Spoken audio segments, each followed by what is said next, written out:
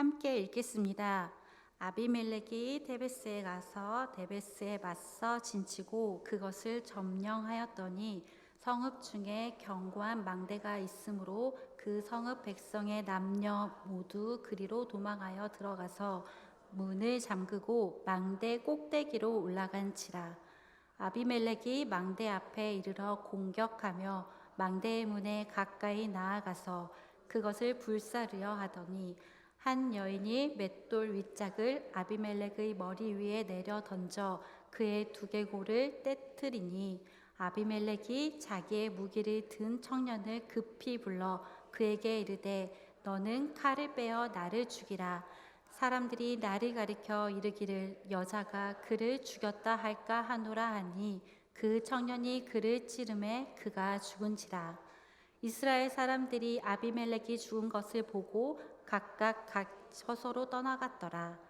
아비멜렉이 그의 형제 70명을 죽여 자기 아버지에게 행한 악행을 하나님이 이같이 갚으셨고 또 세겜 사람들의 모든 악행을 하나님이 그들의 머리에 갚으셨으니 여룹바알의 아들 요담의 저주가 그에게 응하니라.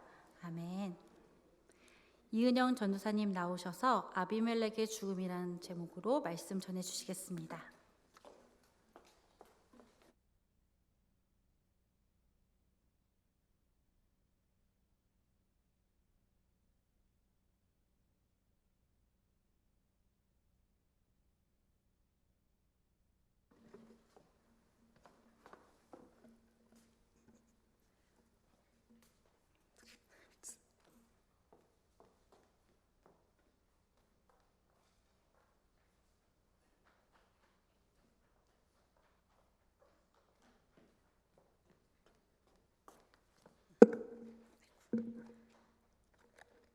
네, 오늘은 육여선교회 헌신예배입니다. 제가 육여선교회 소속인데 제가 육여선교회에서 설교를 해서 너무 부담이 됐습니다. 혹시 저희 육여선교회가 이 특송을 할 때 어떤 생각이 드셨어요? 아무 생각 안 드셨어요? 뭐 좋다 이런 생각 안 드셨어요? 네? 좋았죠. 네, 그런 생각 하셨을 것 같았습니다. 네, 저도 육여선교회 그 멤버들을 떠올리면서 기도를 하나님께 기도하면 정말 감사하다, 진짜 기적이다 이런 생각을 많이 합니다. 육여선교회가 다 합하면 거의 15명 정도 되는데요.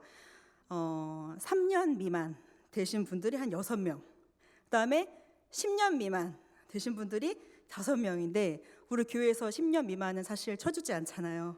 그러니까 거의 새신자들이신 거고요. 이제 고인물 좀 오래됐다 하면은 이제 이은영, 장인영, 김미선 뭐 이제 이렇게 있습니다. 그래서 이분들을 제외하고는 거의 다 새로 오신 분들이기 때문에 얼마나 귀합니까? 그래서 네, 아멘. 그래서 이런 새로 오신 분들이 이렇게 많이 있는 이 기관이 더 좀 튼튼하게 자라갈 수 있도록 여러분들이 기도를 많이 해주시면 감사하겠습니다. 네, 오늘 말씀 본문은 9장이 마무리되는 본문입니다. 9장이 참 긴데 이 9장에서 아비멜렉의 그 최후의 이야기가 나오는데 그 아비멜렉의 최후는 아버지 기드온이 뿌린 씨앗의 열매였습니다. 기드온이 그 권력의 유혹을 뿌리치지 못하면서 그 자신이 이제 몰락을 하는데 그 자신이 몰락하는 것뿐만 아니라 그렇게 좀 교만하게 이렇게 하나님의 자리에 자신이 올라서게 되면서 결국 자녀들까지도 정말 이렇게 참극이 벌어지는 그런 결말을 맞이하게 됐습니다. 근데 이 말씀을 대하면서 조금 이렇게 씁쓸하지만 기드온 집안의 이야기를 저희들이 이제 반면 교사 삼아서 내 자신의 믿음을 어떻게 지키고 또 우리 각 가정 안에서 신앙이 잘 계승될 수 있도록 하는 그런 마음의 다짐을 하는 시간이 되었으면 좋겠습니다. 사사기 6장에서 7장에는 기드온을 통해 정말 이렇게 신바람 나는 300명을 가지고 몇십만 명을 물리치는 그런 기적 이야기가 담겨 있지 않았습니까? 그런데 그렇게 기드온이 승리를 취하고 나서는 하나님을 찾지 않게 되죠. 그렇게 하면서 8장 후반부터 9장 내내 이렇게 고구마를 먹은 것 같이 답답한 그런 이야기들이 계속 흘러나오고 있습니다. 아비멜렉이라는 사람은 참 9장에서 말씀을 묵상을 해보면 정말 못된 사람이기는 한데 어떻게 보면 짠하기도 합니다. 첩의 아들로 태어나서 인정받지 못하고 또 그로 인해서 생긴 열등감으로 이런 짓을 벌였다고 생각을 하면 참 가엾다는 생각도 듭니다. 오늘 우리 사회에서도 이렇게 강력 범죄자들이 범죄를 저지를 때 그 분노를 억제하지 못하고 또 조절하지 못해서 이렇게 우발적으로 저지르는 경우가 많지 않습니까? 근데 그런 사람들 중에 많은 수가 어린 시절에 그 성장기의 부모의 적절한 보살핌을 받지 못했고 또 가정 환경에 문제가 있었기 때문이라는 그 결과가 나오는 것을 보면 그 아비멜렉도 그러한 부류에 속한다고 볼 수 있겠습니다. 아비멜렉은 아버지 기드온이 죽은 후에 이스라엘의 왕이 되고자 하는 욕망을 품었습니다. 그런데 기드온에게는 70명의 아들이 있었고 자기는 그 70명의 아들들 중에 한 명이고 거기다가 첩의 아들이었습니다.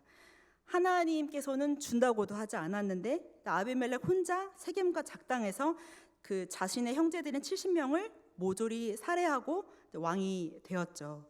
이때 유일한 생존자인 막내 아들 요담이 그 9장 8절에서 그 15절에 그 우화를 통해서 저주를 선포합니다. 아비멜렉을 뽑은 일이 만약에 잘못된 일이면 아비멜렉이 그 세겜을 불사를 것이고 세겜은 또 아비멜렉을 불사르게 될 것이라고 그 예언의 그러니까 저주의 예언을 했는데 오늘 본문에서는 그것이 전부 이뤄지는 것을 볼 수 있습니다. 세겜에 의해서 왕이 된 아비멜렉은 3년간만 권력을 누릴 수 있었습니다. 이런 사람이 얼마나 백성들을 잘 들여다볼 수 있었겠습니까? 세겜 사람들은 가을과 작당을 해서 아비멜렉을 배반하려고 합니다. 이 사실을 알게 된 아비멜렉은 폭주합니다. 50절 말씀 잠깐 보겠습니다. 아비멜렉이 데베스에 가서 데베스에 맞서 진치고 그것을 점령하였더니 세겜 사람들이 자기를 그 배반하려 했다는 그것을 듣고 아비멜렉이 안 그래도 상처가 많은 사람인데 그 상한 자기 감정을 이제 해소하기 위해서 배반하려고 했었던 그 싹을 이제 잘라내기 위해서 끔찍한 살육을 저지릅니다. 권력자로서 그 상한 자존심을 회복하고 회수하기 위해서 끝없이 응징을 합니다. 이미 이 아비멜렉은 왕이 되기 위해서 70명의 형제들을 죽였고 또 가알을 따르는 군인들을 죽여서 그 성문 앞에 늘어났습니다. 또 그 다음 날 일하러 나가던 사람들, 성 안에 있던 사람들을 다 학살하고 엘브리 신전의 깊은 밀실에 숨어 있는 그 1000명의 사람들을 모두 불태워서 죽였습니다. 근데 이미 그렇게 했음에도 그것도 모자라서 아직 그 화 이런 게 해결이 되지 않았고 데베스의 망대의 숨은 자들까지 다 죽이려고 다시 이제 진격을 합니다. 그런데 자신을 배신하려고 한 모든 자들을 짓밟으려고 했던 그 자리에서 아비멜렉은 최후를 맞이하게 됩니다.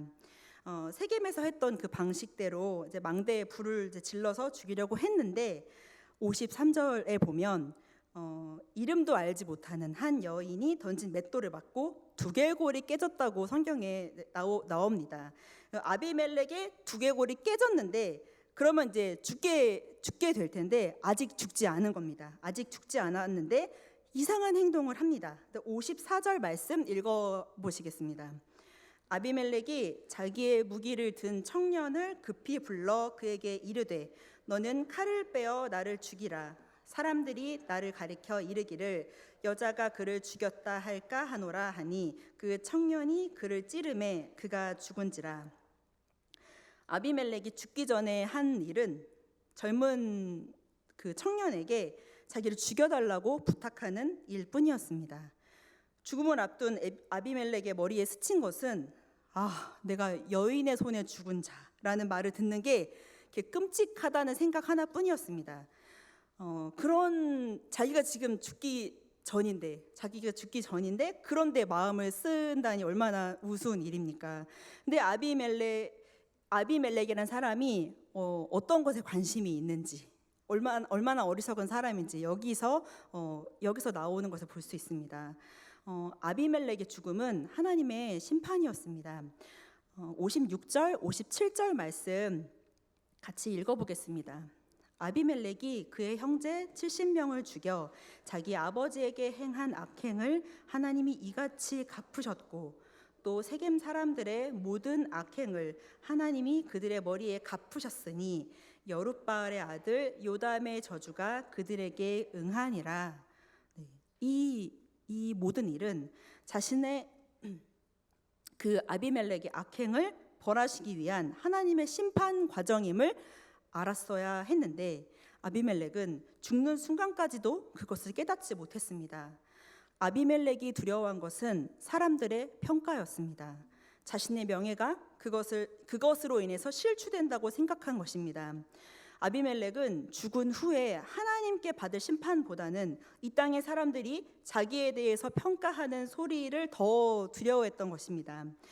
이제 죽으면 그는 영원한 그 시간 속으로 들어가서 이 세상에 돌아오지 못하고 하나님 앞에 심판을 받게 될 텐데, 다시는 이 세상에 오지도 못할 자가 이 세상 사람들이 하는 소리를 두려워하고 있습니다. 아비멜렉의 마음속에는 하나님이 없습니다. 아비멜렉은 그의 숨이 남아있는 그 짧은 시간에 자기의 죄를 용서해 달라고 하나님께 구했어야 했습니다. 그러나 악한 영에 사로잡힌 아비멜렉은 마지막까지 회개하지 못하고 인생을 마감합니다. 이렇게 아비멜렉의 3년간의 그 권력이 허무하게 막을 내리고 기드온의 아들 요담이 했던 그 저주가 그대로 이루어졌습니다. 사사기 9장 8절에서 15절에 나오는 그 요담의 우화대로 서로가 서로를 불살라 버려서 다 멸망하게 된 것입니다. 아비멜렉의 악한 모습은 하나님께서 친히 심판하셨습니다. 아비멜렉은 그가 죄를 지은 그것에 따라 죽은 것입니다. 아비멜렉의 몰락과 회개 없는 죽음을 보면서 성경 속의 한 인물이 또 생각이 났습니다. 므낫세입니다.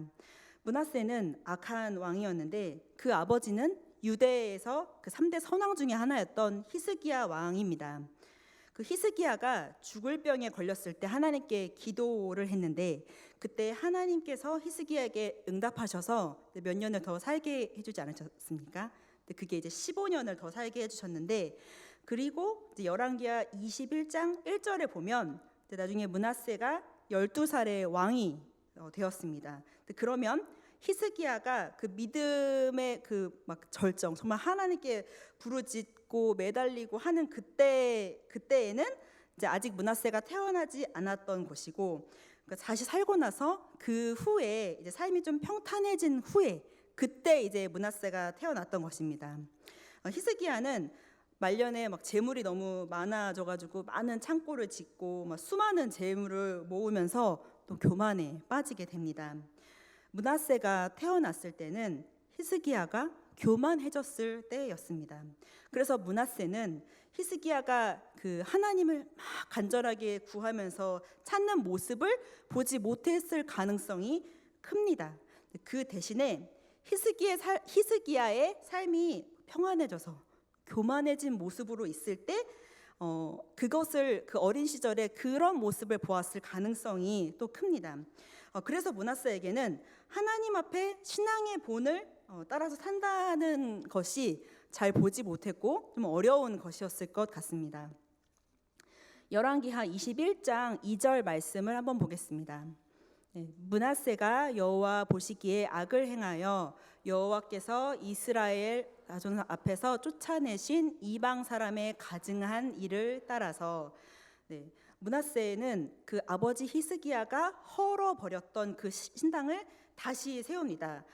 아버지의 신앙을 따라서 그 아버지의 신앙을 따른 것이 아니라 바알을 위해서 단을 만들고 아세라 목상을 만들고 하늘의 1월 성신을 숭배했습니다.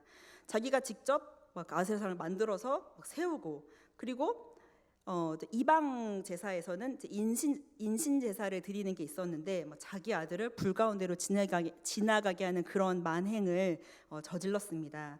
그렇게 해서 역대하 33장 10절에서 11절 말씀 보겠습니다.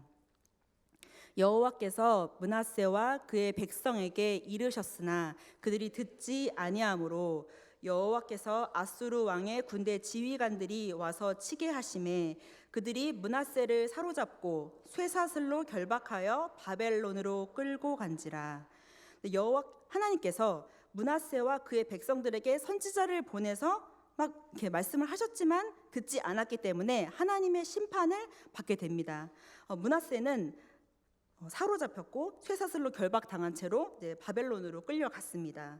하나님의 심판으로 므낫세가 그 아수르의 포로로 잡혀갔습니다. 그렇게 고통당하자 므낫세는 하나님의 이름을 그때 부르게 됩니다. 역대하 33장 12절에서 13절 말씀입니다.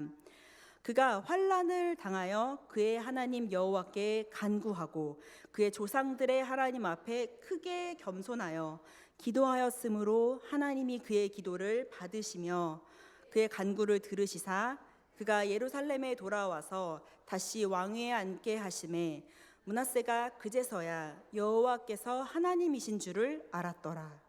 아멘. 므낫세가 뒤늦게 인격적으로 하나님을 만난 것입니다. 비록 심판을 받은 후이긴 했지만 므낫세는 그 심판을 통해서 하나님을 만났습니다. 그래서 사랑과 긍휼이 풍성하신 하나님께서는 그 회개하는 므낫세에게 은총을 베푸셔서 예루살렘에 돌아가서 다시 백성들을 다스릴 수 있게 해주셨습니다. 회개한 므낫세는 그 나라를 다시 견고하게 하고 이방신들과 그 여호와의 전에 있는 우상들을 제거하고 예루살렘에 쌓은 모든 제단들을 다 헐어버렸습니다. 그리고 그 후에 유다에게 명령을 내리는데 역대하 33장 16절 말씀 같이 보시겠습니다. 여호와의 제단을 보수하고 화목제와 감사제를 그 제단 위에 드리고 유다를 명령하여 이스라엘 하나님 여호와를 섬기라 하매. 네. 자기 아버지와 반대되는 막 바알 산당을 세우고 이렇게 했던 므낫세가 변화해서 이스라엘 하나님 여호와를 섬기라라는 명령을 백성들에게 선포했습니다. 왕 한 사람이 하나님을 인격적으로 만나고 나니까 이렇게 만나기 전과 만나기 후의 정책이 이렇게 극단적으로 바뀌게 되는 것을 볼 수 있습니다. 그래서 지도자가 중요하다는 말을 하는 것입니다. 지금 아비멜렉의 이야기를 나누었고 또 이제 므낫세의 이야기를 나누었는데 여기서 주목해 보고 싶은 것은 아비멜렉과 므낫세의 마지막 선택입니다. 마음의 방향이 어디로 가느냐입니다. 아비멜렉은 죽음 앞에서도 하나님을 찾을 줄 몰랐고 이상한 명예만 내세우다가 나름대로는 멋지게 죽겠다고 하면서 그냥 무기를 들고 있는 청년의 손에 죽기를 원했습니다. 그런데 므낫세는 비록 악한 왕이었을지라도 하나님의 심판 앞에서 회개하고 돌아왔습니다. 기드온의 이야기로 시작해서 아비멜렉의 몰락으로 끝나는 이 긴 이야기를 보면서 오늘 우리들 또한 경각심을 가져야 하겠습니다. 탐욕은 우리가 마땅히 살아야 할 본분을 망각하게 만듭니다. 체면이나 자존심보다 먼저 하나님의 영광을 생각하고 하나님의 뜻대로 살기 위해 겸손한 우리 모두가 되어야 하겠습니다. 또 아비멜렉의 그 몰락을 저희들이 함께 묵상했습니다. 성경에는 하나님께서 악한 영을 아비멜렉에게 보냈다고 하셨습니다. 마귀가 주는 생각대로 살면 이렇게 처참하게 망가지는 것입니다. 마귀가 주는 감정대로 살다가는 그 끝에는 참담한 결과를 맞이하게 된다는 것을 기억해야 하겠습니다. 자기 감정대로 따라가고 그 감정이 나를 파괴하기 전에 주님의 은혜로 서둘러 돌아와야 하겠습니다. 이렇게 자기 자신을 지켜야 할 것이고 우리 가정과 우리 자녀들을 마귀가 휘두르는 것이 아니라 정말 그 하나님의 붙드심 안에 있을 수 있도록 항상 기도로 경계를 치고 믿음으로 무장하는 모두가 되어야 하겠습니다. 설교를 준비하면서 떠오르는 말씀과 찬양이 있었는데요. 먼저 말씀은 이사야 55장 6절에서 9절 말씀입니다. 이사야 55장 6절에서 9절 말씀 함께 읽겠습니다. 너희는 여호와를 만날 만한 때에 찾으라. 가까이 계실 때에 그를 부르라. 악인은 그의 길을, 불의한 자는 그의 생각을 버리고 여호와께로 돌아오라. 그리하면 그가 긍휼히 여기시리라. 우리 하나님께로 돌아오라. 그가 너그럽게 용서하시리라. 이는 내 생각이 너희의 생각과 다르며 내 길은 너희의 길과 다름이니라. 여호와의 말씀이니라. 이는 하늘이 땅보다 높음같이 내 길은 너희의 길보다 높으며 내 생각은 너희의 생각보다 높음이니라. 아멘. 하나님 앞에 하나님께서 베풀어 주시는 그 사랑과 긍휼 앞에 저희들이 순종함으로 겸손함으로 언제나 나아갈 수 있게 기도하시고 또 나와 우리 가정을 그렇게 지켜달라고 이 시간 잠시 기도하겠습니다. 사랑의 하나님,